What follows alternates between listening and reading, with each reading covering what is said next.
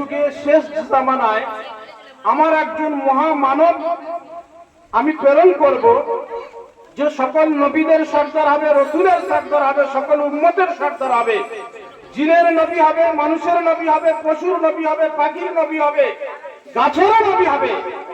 সেই রকম একজন মহান ব্যক্তিত্বকে আমি পৃথিবীর বুকে প্রেরণ করব। সেই নবীর আলোচনা আজকের হবে। আমরা জানি, শুনেছি পৃথিবীতে কমবেশ 1,24,000 রসুল এবং নবী এসেছেন। 1,24,000 রসুল এবং নবীর জীবন আদর্শ বা জীবনী নবীর জন্মের পর থেকে আরম্ভ হয়েছে, কিন্তু বিশ্ব নবীর জীবনী পৃথিবীর জন্মের আগ থেকে আরম্ভ হয়েছে এবং কিয়ামত পর্যন্ত, কিয়ামতের মাঠে গিয়ে শেষ হবে। সেই মহামানবের জীবনী আমরা আজকের আলোচনা করব ইনশাআল্লাহ। আপনারা সবাই মনোযোগ সহকারে শুনবেন তো? বাবুরা, তোমরা কথা বলছো আর এদিক ওদিক তাকাচ্ছ কেন? তোমরা এত কথা বললে কি করে হবে? তো আমি যে আয়াত পবিত্র কোরআনের কারীম থেকে তেলাওয়াত করেছি, লাকাদ কানা লাকুম ফি রাসূলিল্লাহি উসওয়াতুন হাসানাহ, আল্লাহ রাব্বুল আলামিন তিনি বলছেন, আল্লাহ রসুলের মধ্যে রয়েছে তোমাদের জন্য উত্তম আদর্শ। অপর জায়গায় আল্লাহ রাব্বুল আলামিন বলেন, ওয়া ইন্নাকা লাআলা খুলুকিন আযীম, হে নবী আমি সার্টিফিকেট দিচ্ছি আপনাকে যে আপনার চরিত্র সব থেকে মহান, আপনার চরিত্রের ঊর্ধ্বে আর কারোর চরিত্র হতেই পারে না। কে বললেন? আল্লাহ বললেন। এর পূর্বে যে আমি বলেছি, যত রসুল নবী পৃথিবীতে এসেছেন, প্রত্যেক রসুল নবীর জীবন আদর্শ বা জীবনী জন্মের পর থেকে শুরু হয়েছে এবং কিয়ামত পর্যন্ত যত মনীষী জন্ম নেবেন, মুফাসসির, মুহাদ্দিস, মুফাসসির, বড় বড় কবি, সাহিত্যিক জন্ম নেবে, তাদের জীবনী জন্ম থেকে শুরু হয়েছে বা হবে, কিন্তু একমাত্র মহামানব বিশ্বনবী জনাবে মুহাম্মদ রাসূলুল্লাহ সাল্লাল্লাহু আলাইহি ওয়াসাল্লামের জীবনী আসমান জমিন তৈরি হওয়ার 1000 বছর পূর্বে থেকে আল্লাহ রাব্বুল আলামিন আলোচনা করেছেন। আপনারা সুবহানাল্লাহ বলতে পারছেন? চুপ করে তাকে বাড়িতে গিয়ে বলবেন নাকি? তো আল্লাহ রাসূল সাল্লাল্লাহু আলাইহি ওয়াসাল্লামের জীবন আদর্শ আল্লাহ কখন থেকে বর্ণনা করা আরম্ভ করেছে? আসমান জমিন তৈরি করার 1000 বছর পূর্বে। কিভাবে বুঝলাম? পবিত্র কোরআন বলছে। কি বলছে? আল্লাহ রাব্বুল আলামিন এই কোরআনকে জমিন আসমান তৈরি করার 1000 বছর পূর্বে লিপিবদ্ধ করেছেন। সেখানেই আল্লাহ রাসূল সাল্লাল্লাহু আলাইহি ওয়াসাল্লামের বর্ণনা করা হয়েছে। কি করা হয়েছে? আল্লাহ রাসূলের বর্ণনা করা হয়েছে।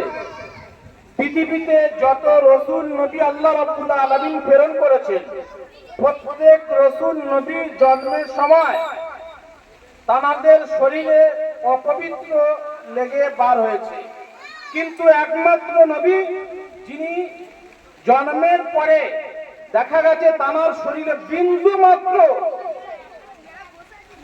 অপবিত্র কিছু ছিল না। পৃথিবীতে যত রসুল নবী মানুষ পশু তৈরি হয়েছে, প্রত্যেকে মায়ের নাভির সঙ্গে সম্পর্ক রেখে পৃথিবীতে আবির্ভাব হয়েছে। একমাত্র নবী জনাবে মুহাম্মদ রাসূলুল্লাহ সাল্লাল্লাহু আলাইহি ওয়াসাল্লাম তিনি মায়ের পেট থেকে নাভি কাটা অবস্থায় পৃথিবীতে আবির্ভাব করেছেন। কোথায় বয়ান করছি? সুবহানাল্লাহ বলার লোক নেই। কোথায় বলতে হয় এটাও শেখাতে হবে আলাদা করে, একটা পাঠ। তো আমরা কত দুর্ভাগ্যের বিষয়, পার্টির স্লোগান হলে আমরা কোথায় জিন্দাবাদ বলতে হবে, কোথায় ইনকিলাব বলতে হবে, এটা আমাদের জানা আছে। দিনের কথা হলে কোথায় সুবহানাল্লাহ বলতে হবে, আলহামদুলিল্লাহ বলতে হবে, এ বিষয়ে আমাদের অবগত নেই। আমরা কত জঘন্য আমরা কত নগণ্য, আল্লাহ রাব্বুল আলামিন আমাদের প্রতি রাজি হবে? সম্ভব? তো আমি আল্লাহ রাসূল সাল্লাল্লাহু আলাইহি সাল্লামের জন্মের পূর্বের কিছু কথা আপনাদের কাছে উপস্থাপন করব। জন্মের পূর্বে যে বললাম পবিত্র কোরআন দুনিয়া আসমান জমিন তৈরি হওয়ার 1000 বছর পূর্বে আল্লাহ রাব্বুল আলামিন তিনি লিপিবদ্ধ করেছেন। সেখানেই তিনি লিখেছেন যে আমার শেষ নবী যিনি হবেন তার নাম হবে মুহাম্মদ। কি হবে?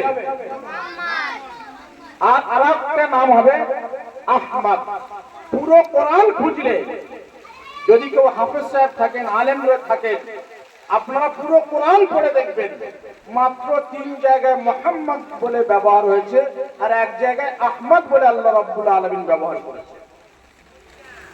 এই প্রসঙ্গে আরো একটা কথা বলি, পৃথিবীতে যত রাসূল এবং নবী এসেছে প্রত্যেক নবী এবং রাসূলকে আল্লাহ রাব্বুল আলামিন হে জাকারিয়া, হে ঈসা, হে মুসা, হে ইসমাঈল, হে ইব্রাহিম প্রত্যেককে এইভাবেই ব্যবহার করেছেন, ডেকেছেন, সম্বোধন করেছেন। কিন্তু প্রিয় নবী জনাবে মুহাম্মদুর রাসূলুল্লাহ সাল্লাল্লাহু আলাইহি ওয়াসাল্লামের টাকার বা কথা বলার যখন সময় এসেছে আল্লাহ রাব্বুল আলামিন একবারও নবীর নাম নিয়ে বলেননি, নবীর উপনাম ব্যবহার করেছেন। ইয়া আইয়ুহাল মুজাম্মিল, হে সম্মানীয় নবী। ইয়া আইয়ুহাল মুদাসসির, ইয়া আইয়ুহাল মুদাসসির যেমন বলেছেন ইয়াসিন, তাহা। রাসূলকে বলেছেন বাশীর, নাযীর, সিরাজাম মুনীরা। আল্লাহ রাব্বুল আলামিন এইভাবে নবীকে সম্বোধন করেছেন যে নবীর শান আল্লাহ রাব্বুল আলামিনের কাছে এত ঊর্ধ্বে, সেই নবীর শান মান আমরা কিঞ্চিত পরিমাণ আমাদের জীবনে ফিট করতে পারিনি। তার জন্য আজকে মুসলমান লাঞ্ছিত, বঞ্চিত, অপমানিত, অপদস্থ। আর যতদিন পর্যন্ত মুসলমান রাসূলের আদর্শ থেকে দূরে থাকবে ততদিন মুসলমান লাঞ্ছিত, বঞ্চিত, অপদস্থ হতেই থাকবে।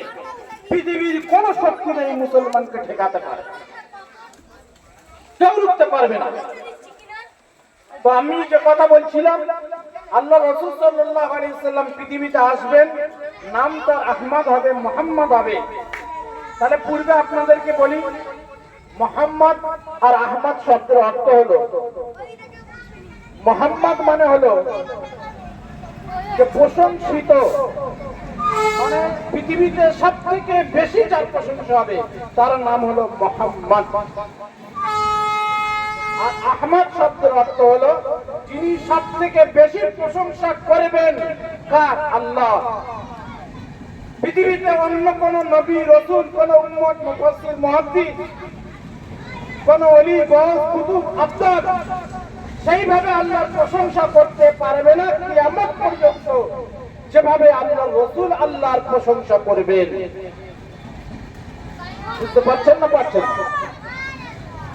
ওই জন্য আল্লাহ রাব্বুল আলামিন আল্লাহ রাসূল সাল্লাল্লাহু আলাইহি ওয়াসাল্লামের দুটো নাম দিয়েছেন, একটা হলো মুহাম্মদ আর একটা হলো আহমদ। পবিত্র কোরআনের মধ্যে এই দুটো নাম পাওয়া যায়। 3টি জায়গায় আছে মুহাম্মদ আর একটি জায়গায় আছে আহমদ। আচ্ছা, আরো এক কথা বলি, আল্লাহ রাসূল সাল্লাল্লাহু আলাইহি ওয়াসাল্লামের জন্মের পূর্বে যে এই আল্লাহ রাব্বুল আলামিন অ্যাডভার্টাইজ দিচ্ছেন, রাসূল আসার পূর্বে, রাসূলের প্রতি কোরআন অবতীর্ণ হওয়ার পূর্বে 127টি সহিফা অবতীর্ণ হয়েছে। সহিফা বলা হয় ছোট ছোট কিতাব আকারে আল্লাহ রাব্বুল আলামিন নবীদেরকে দিয়েছেন, সেগুলোকে সহিফা বলা হয়। আর 4টি মোটা মোটা কিতাব দেওয়া হয়েছে, তাওরাত, জাবুর, ইনজিল আর পবিত্র কোরআন। আল্লাহ রাব্বুল আলামিন এই মোটা মোটা যে কিতাব, তাওরাতের মধ্যে, জাবুরের মধ্যে, ইনজিলের মধ্যে কি হলো, আল্লাহ রাব্বুল আলামিন প্রিয় নবী সাল্লাল্লাহু আলাইহি ওয়াসাল্লামের আবির্ভাব সম্পর্কে বর্ণনা দিয়ে তবে কিতাব প্রেরণ করেছে। কথা বুঝতে পারছেন না? পারছেন? আল্লাহ রাসূল সাল্লাল্লাহু আলাইহি ওয়াসাল্লাম প্রাকৃতিক দুর্যোগের কারণে আপনাদের মানে জনগণ আর খুব অল্প সময় প্রোগ্রামে চলবে। আমি অল্প অল্প মোটা কিছু কথা আপনাদের কাছে বলি। আল্লাহ রাসূল সাল্লাল্লাহু আলাইহি ওয়াসাল্লাম যখন মায়ের গর্ভে আসেন, আপনারা জানেন, প্রত্যেকে শুনেছেন যে আল্লাহ রাসূল সাল্লাল্লাহু আলাইহি ওয়াসাল্লামের জন্মের পূর্বে পিতা হারিয়েছে। কথা ঠিক না বেটি? আপনারা জানেন সবাই।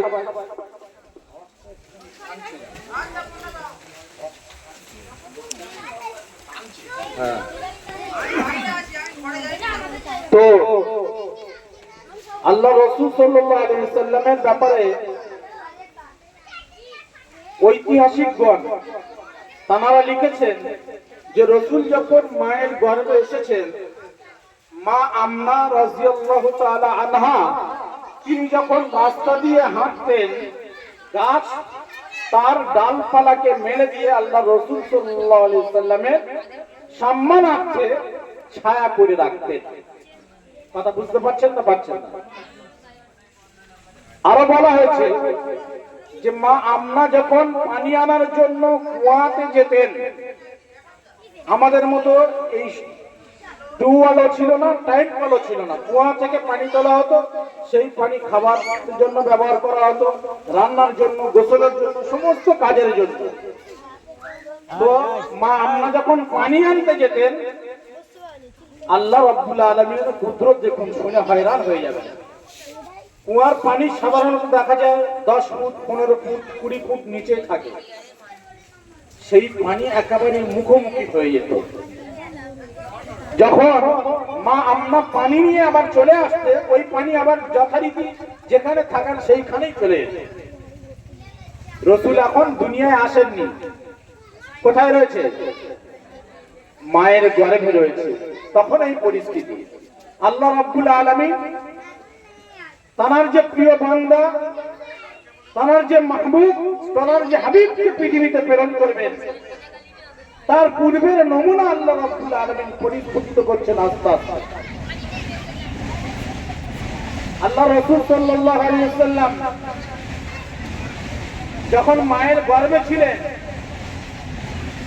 তো মা আম্মার শরীর থেকে এমন সুন্দর খুশবু প্রবাহিত হতো, যে খুশবু মানুষ কখনো শোকেনি, মানুষ কখনো পায়নি, এমন খুশবু চতুর্দিকে ছড়িয়ে পড়ত।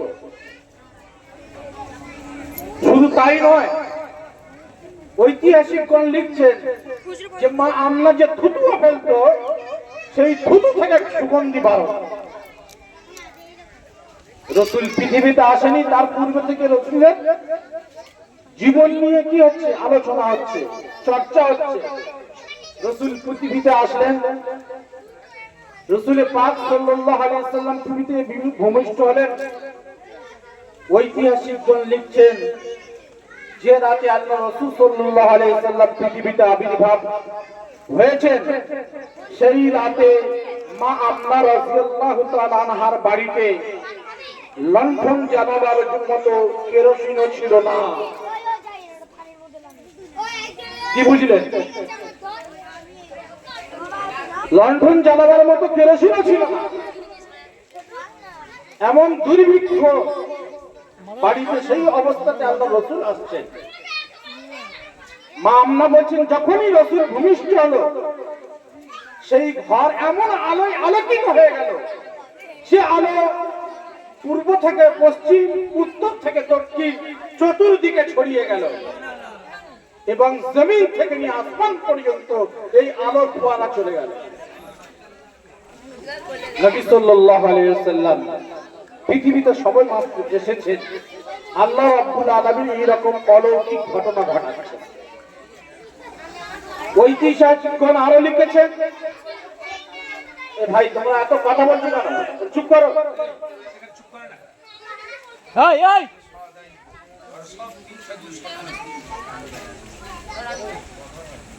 ঐতিহাসিকগণ লিখেছেন, মা আম্মা বর্ণনা অনুযায়ী আল্লাহ রাসূল সাল্লাল্লাহু আলাইহি ওয়াসাল্লামের ভূমিষ্ঠ হওয়ার কিছুক্ষণ পরে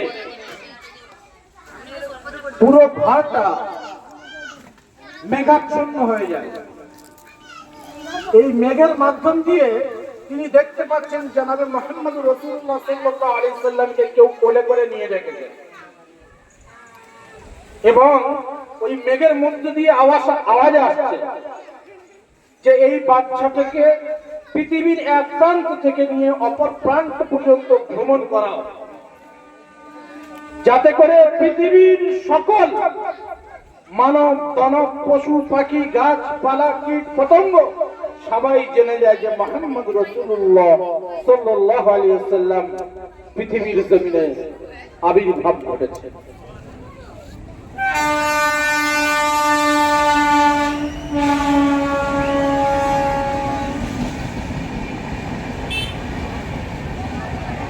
আল্লাহ রাসূল সাল্লাল্লাহু আলাইহি ওয়াসাল্লামের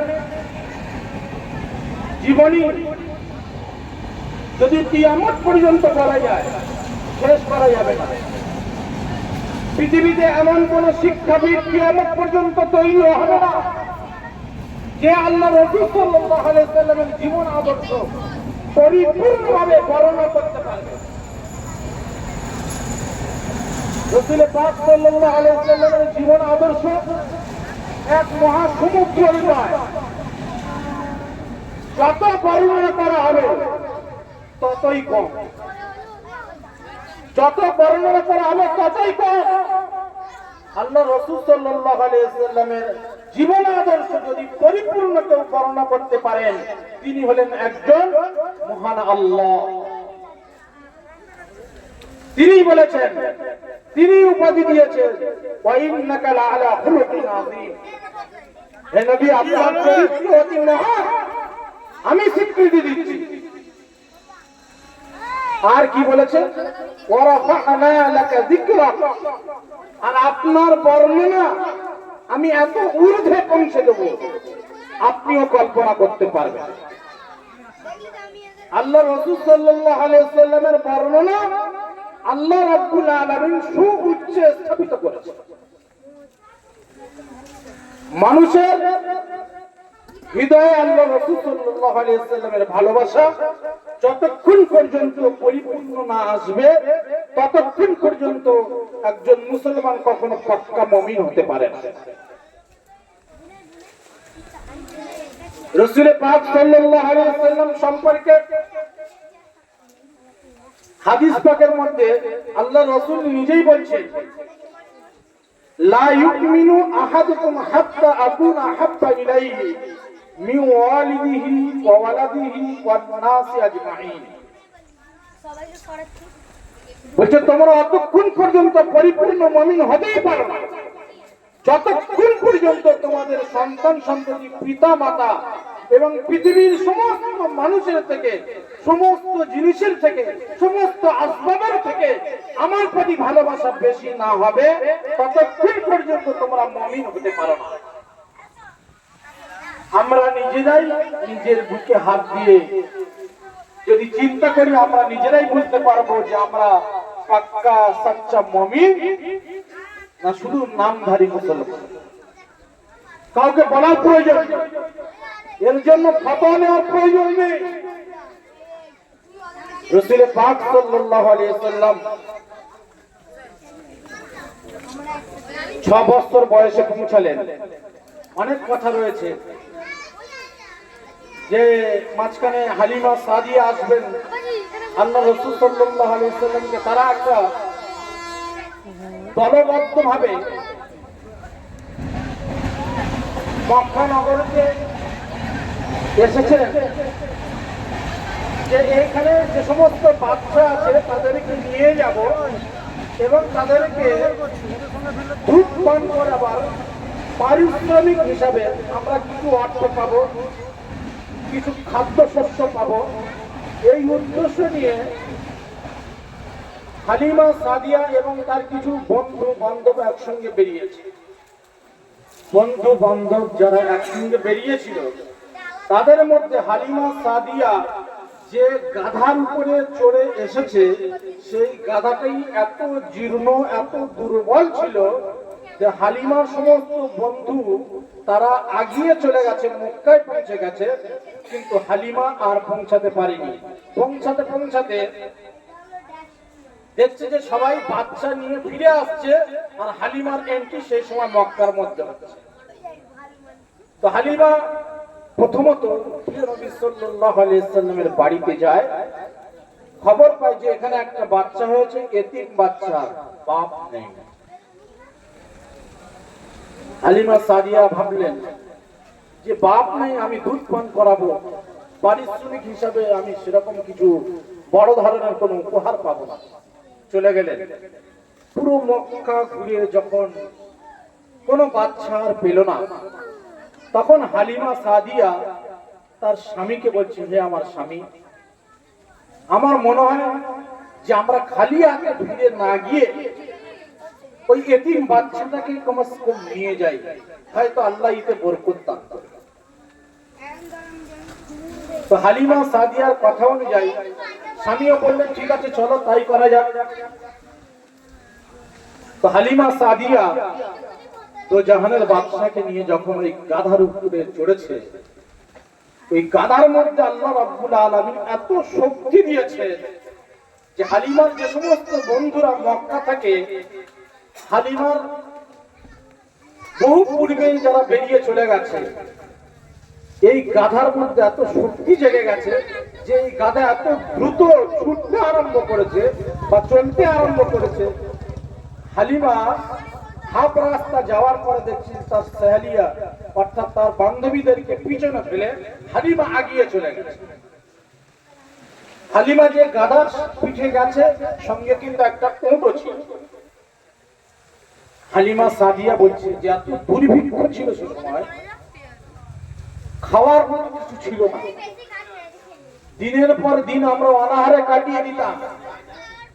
কিন্তু যখনই আল্লাহ রাসূল সাল্লাল্লাহু আলাইহি সাল্লামকে নিয়ে, এই শিশু মুহাম্মদকে নিয়ে আমরা গাধার উপরে চড়েছি, তখন থেকে যেন কেমন একটা পরিবর্তন এসে গেল।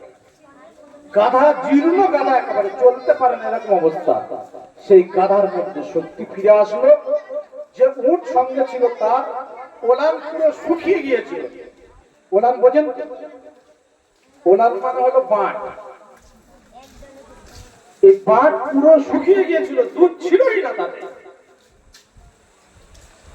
কিন্তু আল্লাহ রাব্বুল আলামিন কুদরতের মহিমায় ওই ওলানে দুধ ভরপুর। হালিমা সাদিয়া বলছেন যে আমরা ওই বাঁট থেকে দুধ পান করে তৃপ্তি সহকারে, আমি পান করেছি, আমার স্বামী পান করেছে, আমার সন্তান সন্ততি পান করেছে, তারপরেও দুধ এক্সট্রা রয়ে গেছে। রাসূল পাক সাল্লাল্লাহু আলাইহি সাল্লাম তখন সবেমাত্র শিশু। আল্লাহ রাব্বুল আলামিন এই অলৌকিক ঘটনা ঘটিয়েছে। এই রাসূলের প্রতি যদি ভালোবাসা না জন্মায়, এই রাসূলের আদর্শ যদি আমাদের ভিতরে না আসে, কার প্রতি ভালোবাসা জন্মাবে, কার আদর্শ আসবে আমাদের? আল্লাহ রাব্বুল আলামিন যাকে এত ভালোবাসেন, যাতে এত সম্মান দিয়েছে, তার প্রতি যদি আমাদের ভালোবাসা না আসে, আমাদের মতো হতভাগা আর কি হবে? যাই হোক, অল্প কিছু কথা বললাম। আমরা জানি তো বাজে ছেলে সব কথা বলতে পারে।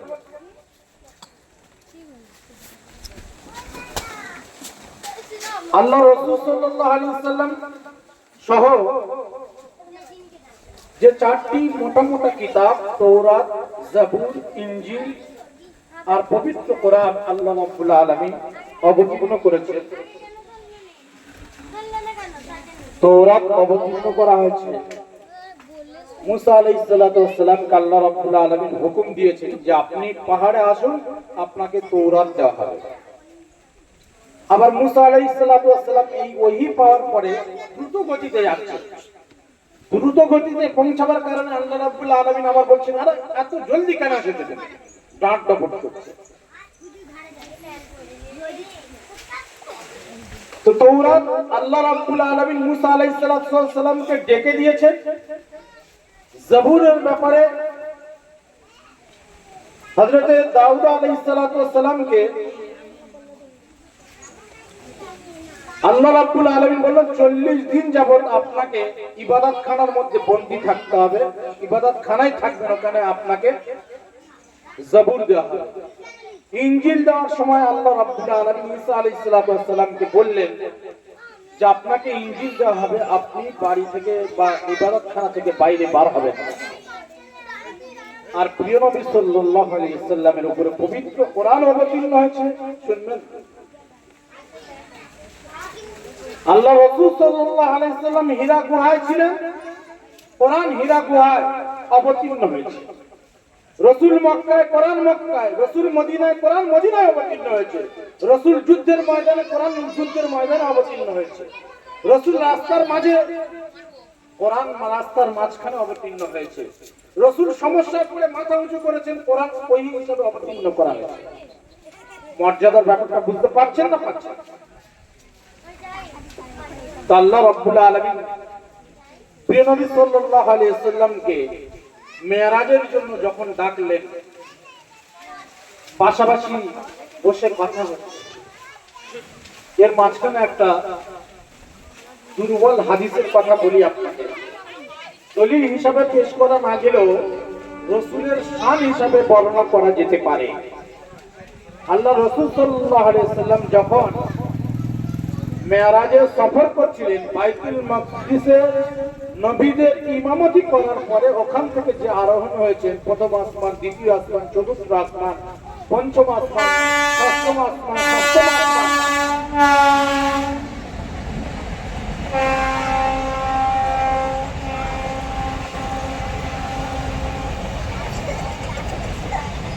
এই আসমানগুলো যখন অতিক্রম করে আর সে আজিমে পৌঁছাচ্ছেন, রাসূলের পায়ে জুতো ছিল, রাসূল জুতো খুলে আরশের উপরে আরোহণ করতে যাচ্ছেন। আল্লাহ রাব্বুল আলামিন বলছেন, হে আমার হাবিব, আমার আরশ তোমার এই জুতোর থেকে দামি নয়। কি বুঝলেন? আল্লাহর আরশ থেকে রাসূল দামি, রাসূলের জুতো দামি। আল্লাহ এটা বোঝাতে চেয়েছেন। আর সেই রাসূলের ভালোবাসা আমাদের অন্তরে নেই।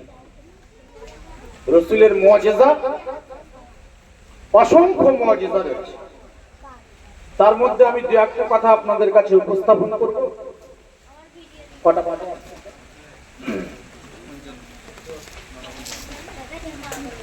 তো আল্লাহ রাসূল সাল্লাল্লাহু আলাইহি ওয়াসাল্লামের বহু মুআজিজা রয়েছে।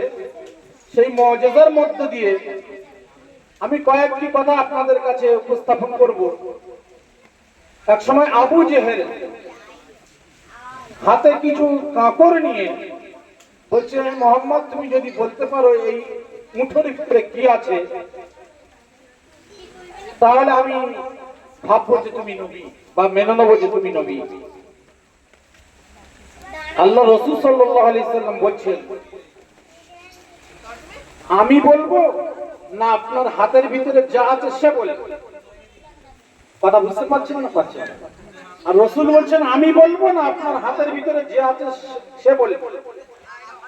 আবু জেহেল তখন বলছে যে আমার হাতের ভিতরে সে যদি বলে তো বিশাল ব্যাপার, সে যদি বলে তো বিশাল ব্যাপার। যখনই এই কথা বলেছে, হাতের ভিতরে কাঁকর ছিল, সে কাঁকর তখন বলছে, আশহাদু আল্লা ইলাহা ইল্লাল্লাহ ওয়া আশহাদু আন্না মুহাম্মাদান আবদুহু ওয়া রাসূলুহু। কথা বুঝতে পারলেন না পারলেন? রাসূলের মুআজিজা দেখুন, পাথর পর্যন্ত রাসূলকে চিনেছে, এই কাঁকর পর্যন্ত চিনেছে। পাথর রাসূলকে চিনেছে, তার প্রমাণ রাসূল যদি কোনো রাস্তা দিয়ে যেতেন, পাথর সালাম দিত, আসসালামু আলাইকা ইয়া রাসূলুল্লাহ। অলৌকিক ঘটনা আপনাদের কাছে বলে যাই আজকে। আল্লাহ রাসূল সাল্লাল্লাহু আলাইহি ওয়াসাল্লাম আরাম করছেন, ঘুমাচ্ছেন, সাহাবীরা পাহারা দিচ্ছেন। তো সাহাবীরা পাহারা দিচ্ছেন, হঠাৎ দেখতে পাচ্ছে যে একটা গাছ তার নিজস্ব জায়গা দিয়ে খুব দ্রুত গতিতে জমিনকে চুরমার করে ফেড়ে ছিঁড়ে আসছে। সাহাবীরা ভয় খেয়ে গেছে, কি ব্যাপার, এই গাছ হঠাৎ করে এমন আসছে, ভূতত্ব ব্যাপার হয়ে গেল। কিছুক্ষণ পরে দেখছে গাছটা এসে রসুল পাক সাল্লাল্লাহু আলাইহি সাল্লামের মাথার ধারে দাঁড়িয়ে এবং রসুলকে ছায়া করলেন তার ডালপালা দিয়ে। কিছুক্ষণ দাঁড়িয়ে থেকে আবার ওই গাছ দ্রুত গতিতে গিয়ে তার জায়গায় দাঁড়িয়ে স্বাভাবিক অবস্থা যেমন পূর্বে ছিল তেমনই। রসুল পাক সাল্লাল্লাহু আলাইহি সাল্লামের যখন ঘুম ভাঙলেন, আবু হুরায়রা রাদিয়াল্লাহু তাআলা বলছেন, ইয়া রাসূলুল্লাহ, আমরা আজকের একটা আশ্চর্য জিনিস যা পূর্বে কখনো দেখিনি, মিরাকেল ব্যাপার। রাসূল বলছেন, কি হয়েছে বলো, কি ব্যাপার? আবু হুরায়রা বলছেন, ইয়া রাসূলুল্লাহ, আমরা দেখলাম আপনি ঘুমাচ্ছিলেন, একটা গাছ দূর থেকে সে খুব দ্রুত গতিতে জমিনকে চুরমার করে ফেড়ে চিড়ে আপনার মাথার ধারে এসে দাঁড়ালো, আপনাকে ছায়া করে কিছুক্ষণ দাঁড়িয়ে রইল, আবার কিছুক্ষণ পরে ওই জমিনকে চিড়ে চুড়ে একাকার করে দিয়েছে গিয়ে তার জায়গা দাঁড়িয়ে গেল। রসুল মুচকি হাসছেন। সাহাবীরা আশ্চর্য, রসুল হাসছেন কেন, কি ব্যাপার? রসুল বলছেন, আবু হুরায়রা শোনো, এই গাছ আল্লাহর কাছে ফরিয়াদ করেছেন যে রব্বুল আলামিন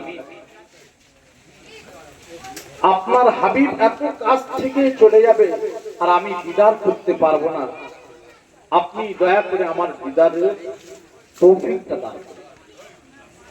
রসুল বলছেন, তো আল্লাহ রব্বুল আলামিন তার এই প্রার্থনাকে মঞ্জুর করে নিয়েছেন, যার ফলে আল্লাহ রব্বুল আলামিন এই গাছকে অনুমতি দিয়েছে, তুমি যাও দ্রুত গতিতে গিয়ে আমার রসুলের জিয়ারত করো। গাছ সে তার তৃপ্তি সহকারে রসুলকে দর্শন করেছে, করে আবার নিজের জায়গায় ফিরে গেছে।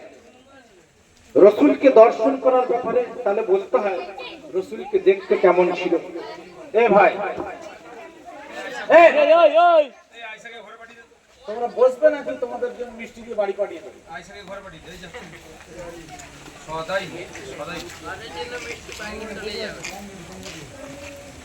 রসুলের তাহলে চেহারার বর্ণনা কিছু আপনাদেরকে বলে যেতে হয়। পৃথিবীতে যত মানব জন্মেছে এবং কিয়ামত পর্যন্ত যত মানবের জন্ম হবে, রসুলের থেকে সুন্দর মানব আর পৃথিবীতে আসেনি, আর কিয়ামত পর্যন্ত আসে, কিয়ামত পর্যন্ত আসবে। আল্লাহ রাব্বুল আলামিন রসুলকে নিখুঁত ভাবে বানিয়েছেন, নিখুঁত বানিয়েছেন। একজন বুড়ি মা রাস্তার ধারে তাঁবু খাটিয়ে সেখানে বসবাস করতেন। রসুল সেই রাস্তা দিয়ে যাচ্ছিলেন। আল্লাহ রাসূল সাল্লাল্লাহু আলাইহি ওয়াসাল্লাম ক্ষুধার্ত ছিলেন। ক্ষুধার্ত থাকার কারণে দেখছেন যে সে বাড়িতে একটা বকরি বাঁধা আছে। তো রসুল বলছেন যে, আম্মাজান, আপনার এই বকরি থেকে একটু দুধ দিয়ে দেবেন না, আমি পান করব। তো সেই মহিলাটি বলছেন যে, আমার বকরি অনেকদিন আগে থেকে দুধ দেওয়া বন্ধ করে দিয়েছে, তার মাঝে দুধ আসে না, আমরাও খেতে পাই না, অনাহারে দিন কাটে। আল্লাহ রাসূল সাল্লাল্লাহু আলাইহি ওয়াসাল্লাম বললেন যে, আপনি দুধটা মানে কলনে হাত দিয়ে একবার টানুন। বুড়ি মা আশ্চর্য হয়ে গেল, সেই দুধ একেবারে ভরপুর ভাবে বার হতে লাগলো। তো রসুল ওখান থেকে দুধ পান করে বেরিয়ে গেল।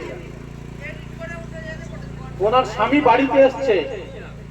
এ ভাই, কথাগুলো শোনেন, আপনাদের কাজে লাগবে।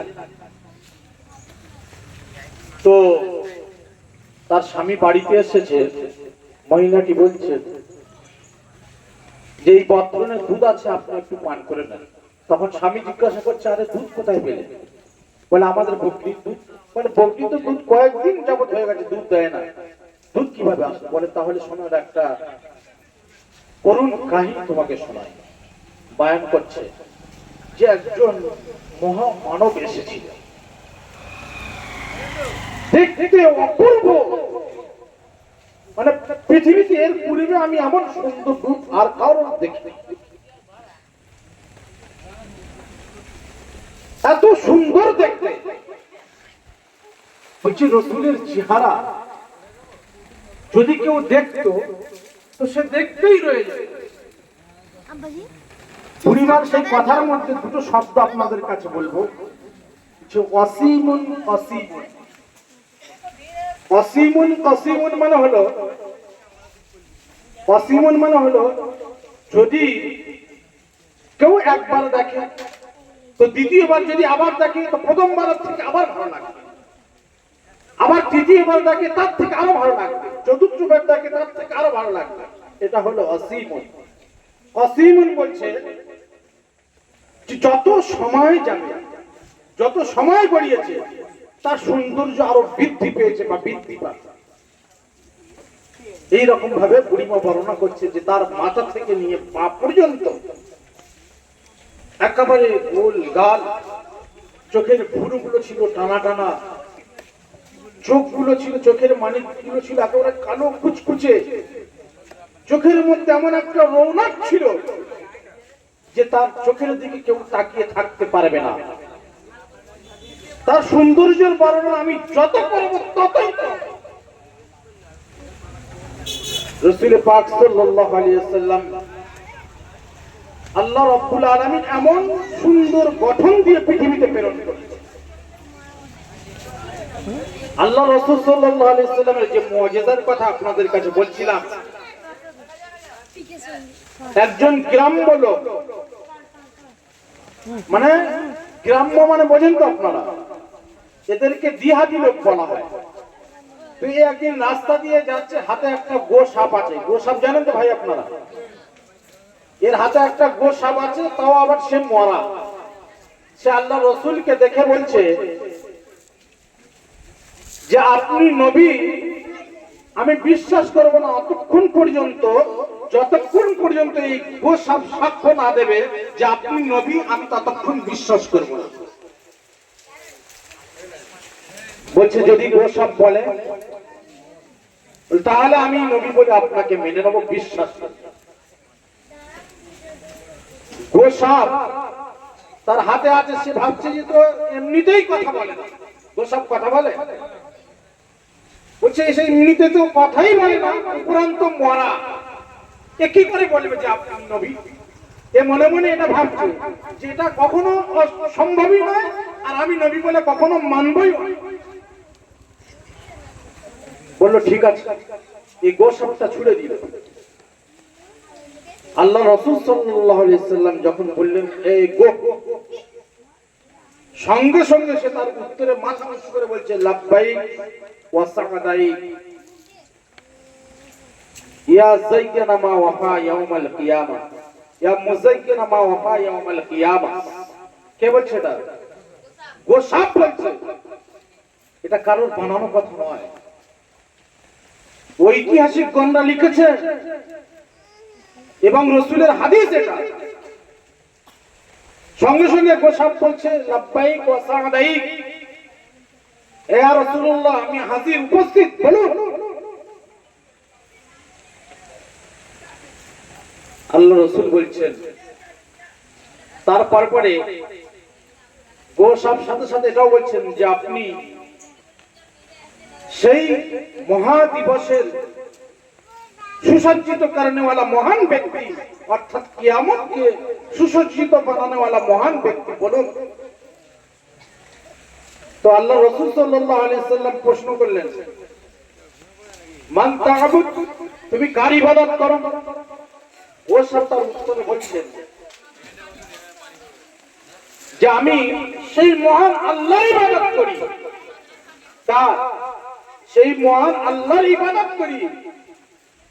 মান ফিস সামাই আরশুহু ওয়া ফিস সামাই সুলতানুহু ওয়া ফিল বাহরি সাবিলুহু ওয়া ফিল জান্নাতি রাহমাতুহু ওয়া ফিন নারি ইকাবুহু।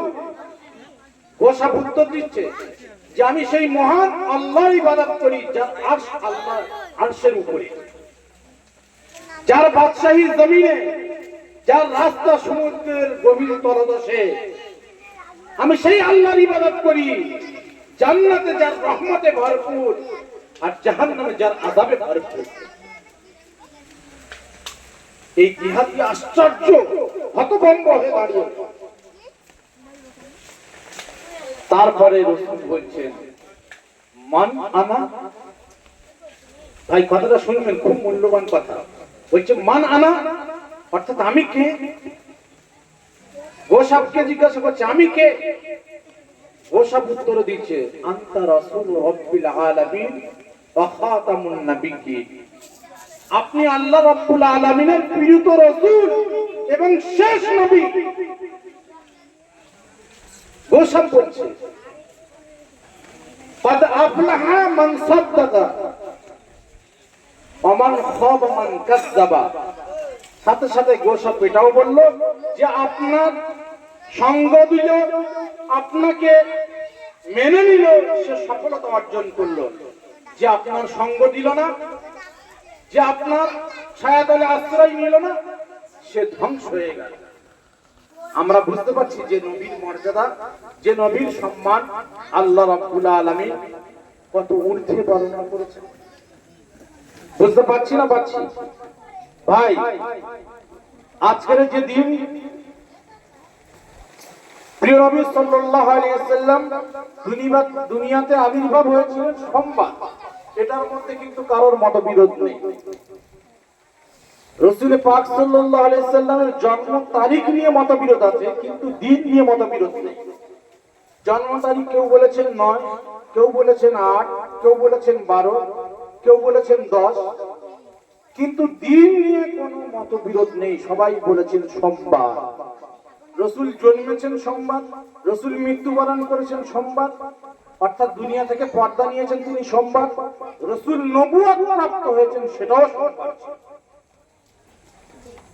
কি বুঝলেন?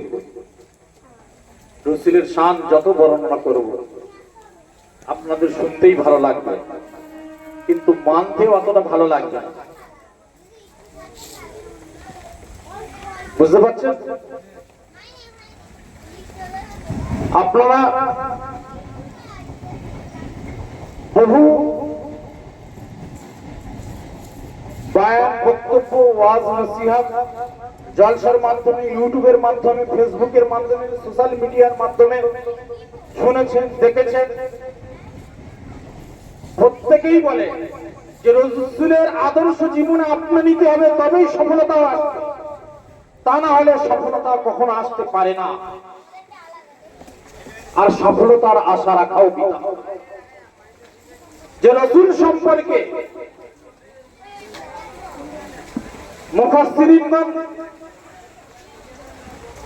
মুফাসসিরিনগণ তানারা লিখেছেন যে রাসূল হ্যাঁ বললে হালাল হতো, না বললে হারাম হয়ে যেত। যে রাসূল হাঁটলে হাদিস, বসলে হাদিস, চললে হাদিস, বললে হাদিস বনে যেত। যে রাসূল বসলে জমিন শান্তি পেত, যে জমিন ও রাসূল দাঁড়ালে আসমান তার বুলন্দি পেত।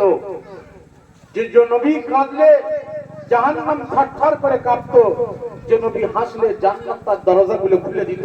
এমন নবী আল্লাহ রাব্বুল আলামিন আমাদেরকে দান করেছেন। এরপরেও কি আমরা নবীর দামান ধরবো না? ভাই ধরবো না? ধরবো না। নবীর প্রতি পূর্ণ ভালোবাসা আমাদের ততক্ষণ আসবে না যতক্ষণ পর্যন্ত আমরা রাসূলের আদর্শকে আপনাবো।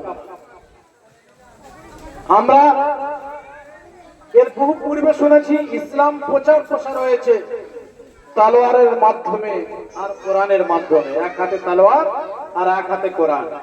এই কথাটি সম্পূর্ণ ভুল, একেবারেই ভুল। ইসলাম প্রচার প্রসার হয়েছে, ইসলাম অলি গলিতে পৌঁছেছে একমাত্র রাসূলের আদর্শের কারণে, আর অন্য কিছুতেই।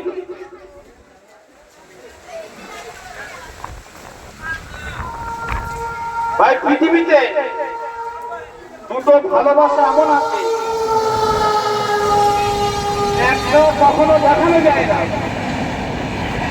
আমি যে ভালোবাসি, কাউকে মহব্বত করি, এটা কখনো দেখানো যাবে না। আর একটা ভালোবাসা এমন আছে যেটা কখনো লুকানো যাবে না। এই ভালোবাসার দুটো কি বলতে পারেন আপনারা কেউ? আপনারা কেউ বলতে পারবেন? যে কথা বললাম, পৃথিবীতে দুটো ভালোবাসা এমন আছে একটা কখনো দেখানো যায় না, আর একটা কখনো লুকানো যায় না। প্রথম নম্বর হলো আল্লাহর ভালোবাসা। পৃথিবীর কোন অলি আউলিয়া গস কুতুব এটা কখনো কেউ দেখাতে পারেনি এবং কিয়ামত পর্যন্ত কেউ দেখাতে পারবে না। এটা আধ্যাত্মিক ব্যাপার, অন্তরের সাথে সম্পর্ক। এটা কখনো দেখানো যায়নি আর যাবেও না। দ্বিতীয় ভালোবাসা, ভালো করে শুনবেন, রসুলের ভালোবাসা এটা কখনো লুকানো যাবে না। যে রসুলকে ভালোবাসবে